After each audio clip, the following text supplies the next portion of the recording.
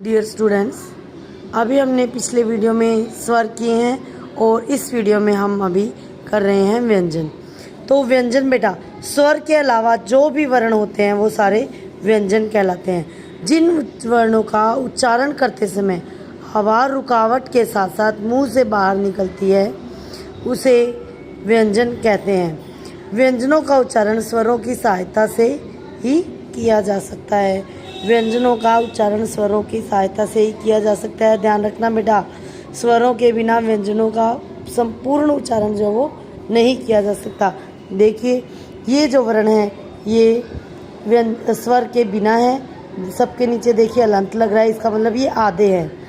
और ये जो वर्ण है ये पूरा है, ठीक है। ये इसको क बोलेंगे और इसको क। इस तरह से इसकी ध्वनि में अंतर देखने को हमें बोलने पर या लिखने में भी पता चलेगा। अब है व्यंजन के भेद। व्यंजन के हिंदी वर्णमाला में कुल 33 व्यंजन हैं और व्यंजन के 3 भेद हैं: स्पर्श व्यंजन, अंतस्थ व्यंजन और उष्म व्यंजन। स्पर्श व्यंजन सबसे पहले हम देखते हैं स्पर्श व्यंजन। जिन व्यंजनों का उच्चारण करते समय वायु निकलने से पूर्व मुख के किसी न किसी भाग को स्पर्श करती हुई बाहर आती है उसे स्पर्श व्यंजन कहते हैं। जैसा कि नाम से ही स्पष्ट है बेटा, व्यंजनों का उच्चारण करते समय वायु मुंह से निकलने से पूर्व किसी न किसी भाग को वायु निकलने से पूर्व मुंह के किसी न किसी भाग को स्पर्श करती हुई आती है, उन्हें स्पर्श व्यंजन कहते हैं। जैसे क, ख, ग, घ। जब हम इसे बोलेंगे तो पता चलेगा कि हमारी जीभ से के थ्रू जो वायु बाहर की ओर आती है वो हमारे मुंह में किसी न किसी चीज़ को टच करती है। देखिए स्पर्श व्यंजन के आधार पर इसका वर्गीकरण। क वर्ग के जो व्यंजन है वो कंठ से स्पर्श करके वायु आती है। क, ख, ग, घ, ड़। च वर्ग के व्यंजन तालु से च, छ, ज। इसमें हमारी जीभ जो है वो तालु को टच करती हुई आती है। ऐसे ही ट वर्ग के जो व्यंजन है वो मूर्धा के हैं। त वर्ग के व्यंजन जो है वो दंत के हैं और उनका उच्चारण स्थान दांत है। और प वर्ग के व्यंजन है उनका उच्चारण स्थान ओठ है। उसके बाद है अंतस्थ व्यंजन। अंतस्थ व्यंजन 4 व्यंजनों का उच्चारण स्वरों और व्यंजनों के मध्य का होता है, इस कारण इन्हें अंतस्थ व्यंजन कहते हैं। ये जो 4 व्यंजन है ये है य, र, ल, व। इन 4 व्यंजनों का उच्चारण स्वरों और व्यंजनों के मध्य का होता है, इसलिए इन्हें अंतस्थ व्यंजन कहते हैं। ये 4 अंतस्थ व्यंजन है य, र, ल, व। नेक्स्ट जो व्यंजन है वो है हमारा उष्म व्यंजन। उष्म व्यंजन जिन वर्णों का उच्चारण करते समय वायु मुंह से टकराकर ऊष्मा अर्थात गर्मी पैदा करती है उन्हें उष्म व्यंजन कहते हैं। ये 4 व्यंजन श, श, श, ह। इनको जब हम बोलेंगे बेटा, हमारे जो मुंह से हवा निकलती है वो थोड़ी गर्म होती है, तो वायु मुंह से टकराकर ऊष्मा पैदा करती है, इसलिए इन्हें उष्म व्यंजन कहते हैं। इसके बाद है संयुक्त व्यंजन।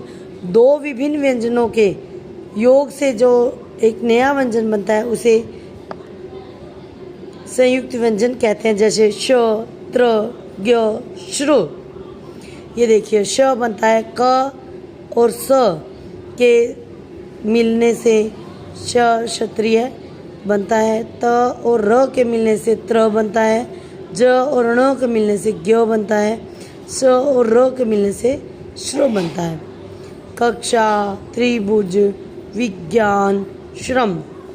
उसके बाद है द्वित्व व्यंजन। द्वित्व व्यंजन वे होते हैं जब एक ही व्यंजन की 2 बार प्रयुक्त होते हैं किसी स्वर के साथ, तो उसे 2 व्यंजन एक ही स्वर के साथ प्रयुक्त होते हैं उसे द्वित्व व्यंजन कहते हैं। जैसे पत्ता। पत्ता में बेटा देखो आ की मात्रा 1 बार है, लेकिन त यहाँ 2 बार उपयोग हुआ, 1 बार आधा और 1 बार पूरा। ऐसे ही पक्का। क 2 बार आया है, बिल्ली ल 2 पर आया है, मात्रा एक ही है। ठीक है, इस तरह से जो व्यंजन होते हैं वो द्वित्व व्यंजन कहलाते हैं।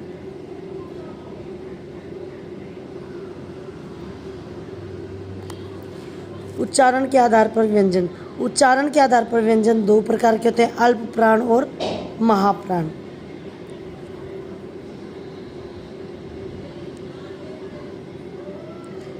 ये सबसे पहले हम पढ़ते हैं अल्प प्राण, जिनका उच्चारण करने में हमें कम प्रयत्न करना पड़े और कम समय लगे, उन्हें अल्प प्राण कहते हैं। जैसे पहले वर्ग के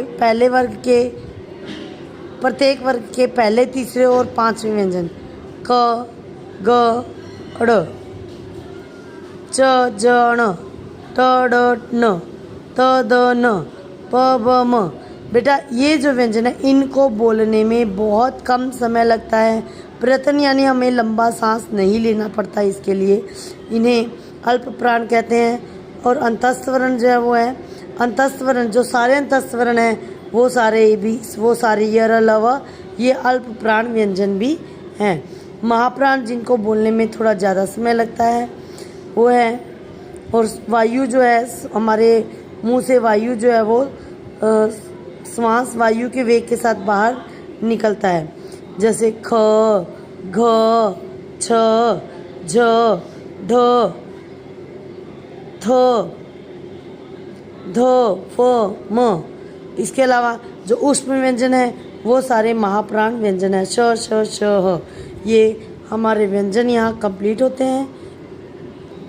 अब है मात्राएं। अ स्वर के अतिरिक्त अन्य स्वरों के साथ व्यंजनों का जब मेल होता है तो स्वर अपने पूर्ण रूप में नहीं लिखे जाते, उनके स्थान पर स्वरों की मात्राएं लगाई जाती है। इन मात्राओं को हम आगे दी गई सारणी द्वारा समझते हैं। ये देखिए बेटा, अ जब हम लिखते हैं तो अ की कोई मात्रा नहीं है, ये मात्रा है जो इसे पूर्ण रूप देती है। नहीं तो क्या था, अगर ये ऊपर नहीं है तो ये हलंत आता है, अगर अ इसके साथ नहीं बोला जाता। जबकि क के साथ जब आ को जोड़ा जाता है तो इसकी सिर्फ मात्रा यहाँ आती है क, आ, का। ऐसे ई की मात्रा बड़ी ई की, उ की, बड़े उ की, री की, ए की, आई की, ओ की, ओ की। ये सारी मात्राएं हैं जिनका हम स्वरों के साथ व्यंजनों के अन्य व्यंजनों के साथ उपयोग करते हैं। तो इनकी ये जो स्वर हैं ये पूरे नहीं लिखे जाते, इनकी सिर्फ मात्राएं लिखी जाती हैं। तो आपका चैप्टर बेटा कंप्लीट होता है। इसके क्वेश्चन आंसर और बुक वर्क आपको सेंड कर दिए जाएंगे। Stay home, stay safe.